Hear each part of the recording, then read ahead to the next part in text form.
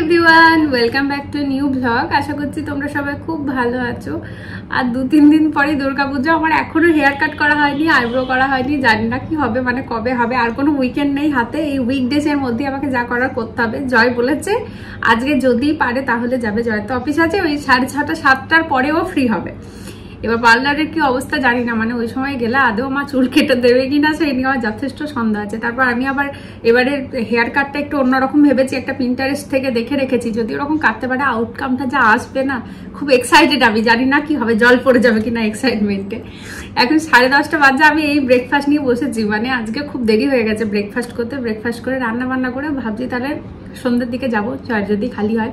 আর তার সাথে কিছু ছোটখাটো কেনাকাটি করতেও বাকি আছে এখনো, সেই দিন তো কিছু ভালো লাগেনি। আর অনলাইন থেকে যে ড্রেসটা এসেছিল সেটা ভালো হয়েছে, যে আমি রেখেছি, কিন্তু ওটা দেখাইনি। পুজোর আগে সব দেখিয়ে দিলে হবে বলো। আর দেখি আরো কিছু ছোটখাটো কেনাকাটি আছে, যদি আজকে যাওয়া হয় তাহলে কেনাকাটি করে চুল টুল কেটে একবারে আসবো। আইব্রোটা তবে এখানে করাবো না। সব পার্লার কিন্তু বড় পার্লার হলেও যে সব কাজ ভালো করে তার কোনো মানে নেই, কারণ এখানে আমার একবার আইব্রো করেছিলাম, একদম ফালতু আইব্রো করেছিল, ওই জন্য চুলটা আমি এখানে কাটবো, কিন্তু আইব্রো আমি যেখানে করাই সেইখানেই করাবো। আপাতত ব্রেকফাস্টটা শেষ করি, তারপর রান্না বান্না শুরু করবো। আমেরিকানরা রাস্তায় প্রোটেস্ট করছে যে ওদের জব নেই। এই একজনকে জিজ্ঞেস করেছে মাইকে যে আমেরিকান না ইন্ডিয়ান? আমেরিকানরা আচ্ছা ইউএসএ তে প্রোটেস্ট করছে যে ইন্ডিয়ানরা সব জব কেড়ে নিয়েছে। ও আচ্ছা, দিয়ে আমেরিকানদিকে তাহলে তোমাদের পড়াশোনা এত উন্নত হয়ে গেল হয়েছে। জার্নালিস্ট জিজ্ঞেস করছে তোমার কোয়ালিফিকেশন কি? প্রথমে বলছে they are taking all our jobs, Indians are taking all our jobs. দিয়ে জার্নালিস্ট জিজ্ঞেস করছে হোয়াট ইজ ইওর কোয়ালিফিকেশন? বলছে none, they are taking the qualifications also. আই রাম,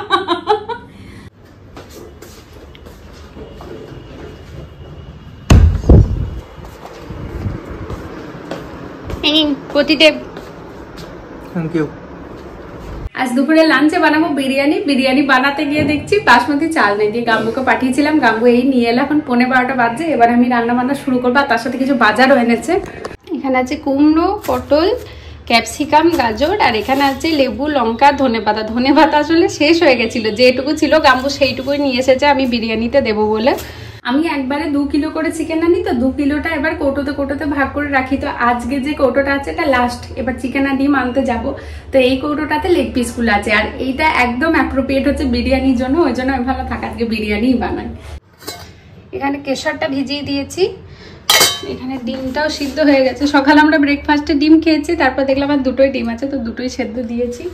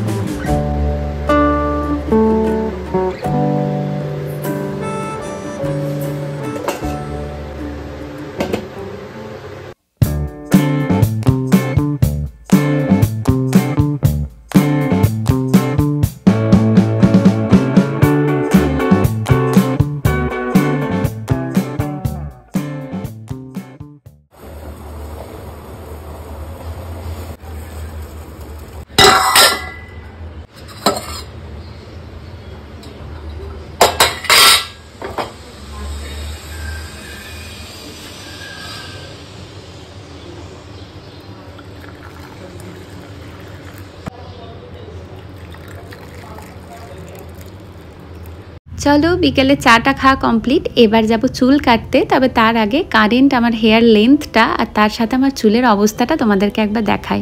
এই সামনের জানুয়ারিতে আমার বিয়ে 2 বছর কমপ্লিট হবে, আর এই 2 বছরের মধ্যে এইবারে চুলটা কাটলে আমার 3 বার চুল কাটা হবে।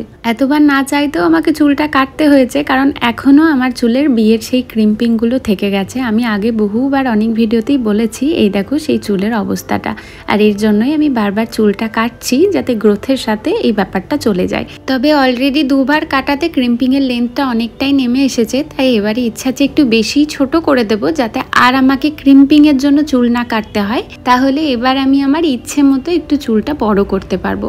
আমার চুলটা আগে বড়ই ছিল জানো, ইভেন আমি একবার হেয়ার ডোনেটও করেছিলাম। তবে এই ঘটনাটা ঘটার পর থেকে আমার চুলের এই অবস্থা।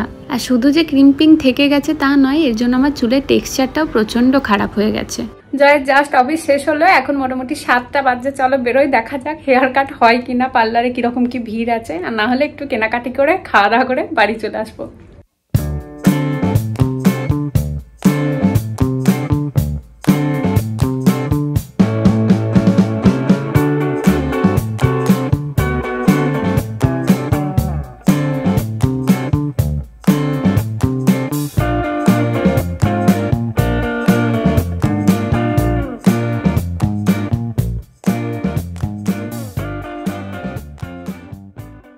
পৌঁছে গেছি আমরা মলে। মলে ঢুকতেই দেখছি এই বাইরেটাতে এইভাবে ছোট্ট ছোট্ট খুব সুন্দর বেশ স্টল বসেছে, জামা কাপড়, তারপর তোমার ক্ল্যাচার, সাজগোজের জিনিস, বেশ সুন্দর সুন্দর জিনিস ছিল। তবে এইদিকে আর বেশি সময় নষ্ট করিনি, কারণ আমরা অলরেডি লেট। তাই সবার আগে আমরা যাব চুল কাটতে, তারপরে অন্য কিছু যদি সময় পাই তাহলে ঘুরবো। পৌঁছে গেছি আমি যেখানে চুল কাটি। আমি আসানসোলে এসে থেকে আমি জাভেদ হাবিব এখানেই চুলটা কাটি। চুলটা এখানে বেশ ভালো কাটে। চলে তো এসেছি আমরা চুল কাটতে, তবে যেমনটা ভেবেছিলাম ঠিক তেমনটা হয়েছে। পুজোর জন্য প্রচন্ড ভিড়, বললো 10 মিনিট অপেক্ষা করতে, কিন্তু 10 মিনিট কি আর 10 মিনিট হয়? সেই 10 মিনিট গিয়ে দাঁড়িয়েছিল প্রায় 40-45 মিনিট। সেই 40-45 মিনিট পর এবার আমি সুযোগ পেয়েছি একটু হেয়ার ওয়াশ করার। এই হেয়ার ওয়াশের পরে হবে হেয়ার কাটিং। এইভাবে হেয়ার ওয়াশ করতে আমার খুব কষ্ট হয়, এভাবে ঘাড়ে একদম প্রচণ্ড ব্যথা হয়ে যায়। আমারও হয়, জয়েরও প্রচণ্ড হয়। জানি না আমরা এই অড ওয়ান নাকি সবারই হয়। ফাইনালি এতক্ষণ অপেক্ষার পরে আমার চুল কাটা শুরু হয়েছে।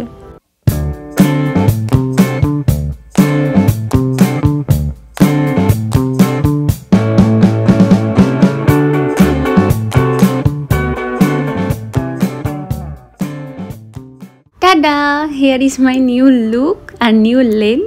হ্যাঁ জানি অনেকটা ছোট হয়ে গেছে, তবে আজ থেকে আমার চুল পুরোপুরি ক্রিম্পিং মুক্ত।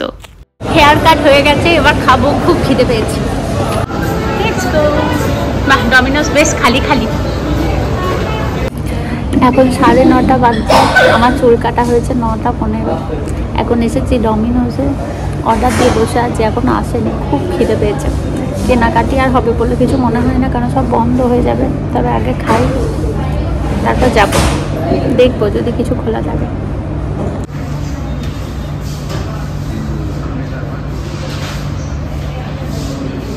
আনো আনো আনো।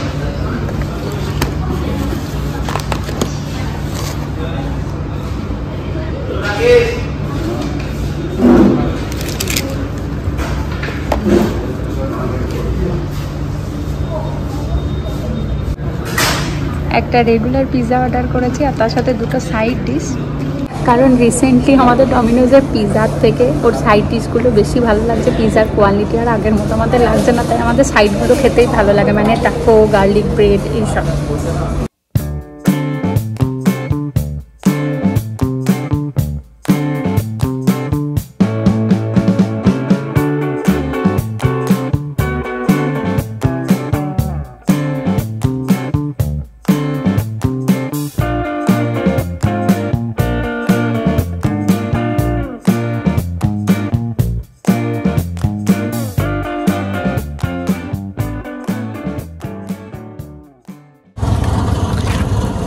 বাপরে, বিদ্যুৎ চমকাচ্ছে দেখলি।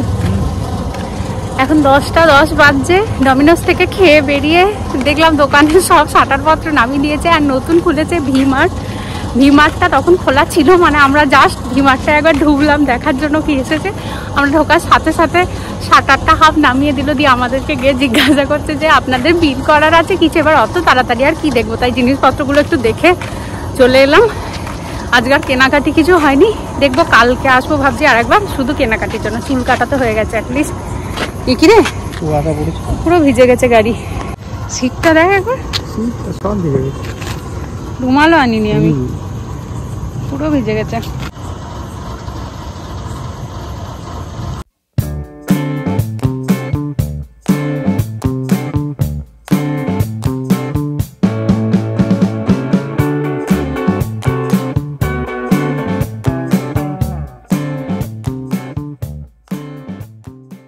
এখন 10:30 বাজে, এই জাস্ট বাড়ি এলাম। চুলটা সেট করে দিয়েছিল, এখন অল্প মতো আছে। আর এই হচ্ছে আমার ফাইনাল হেয়ার স্টাইলটা।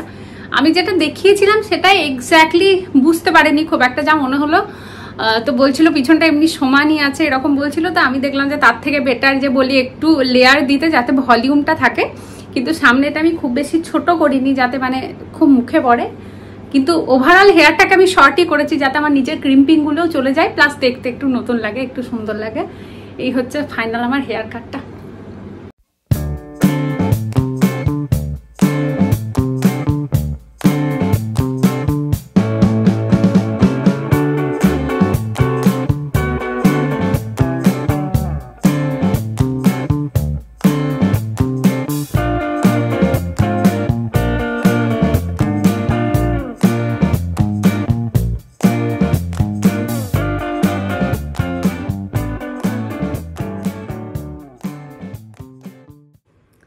স্কিন কেয়ার ডান, এবার ঘুমোবো। এই ভিডিওটা এখানেই শেষ করছি, দেখা হবে নেক্সট ভিডিওতে।